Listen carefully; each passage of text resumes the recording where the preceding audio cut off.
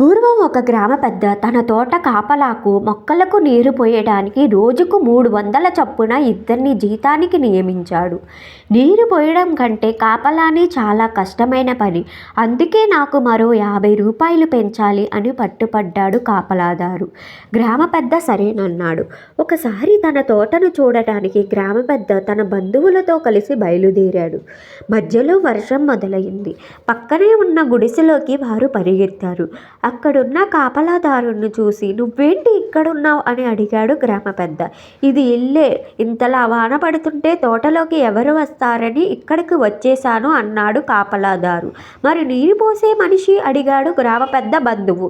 వర్షం పడుతుందని తెలిసినా గొడుగేసుకుని మరి మొక్కలకి నీరు పోస్తున్నాడు అని హేళనగా సమాధానమిచ్చాడు. అతనంత అమాయకుడా అన్నాడు బంధువు. కాదు, మనే దైవంగా భావించే మనిషి. నిజానికి కాపలాదారుడికి సమయంతో సంబంధం లేదు, ఎప్పుడూ తోటను కాపాడుతూనే ఉండాలి. నీటి పోసే మనిషికేమో ఎప్పుడు ఏ పని చేయాలో తెలిసుండాలి. మీ ఇద్దరి ఉద్యోగాలు తారుమారయ్యాయి. రేపటి నుంచి నువ్వు మొక్కలకు నీరు పెట్టు, ఆ మనిషేమో కాపలాగా ఉంటాడు అన్నాడు. అప్పగించిన పనిని సక్రమంగా చేయకపోవడంతో పాటు తోటి ఉద్యోగిని అవహేళన చేసినందుకు తాను అదనపు జీతాన్ని పోగొట్టుకున్నానని తల పట్టుకున్నాడు ఆ కాపలాదారుడు.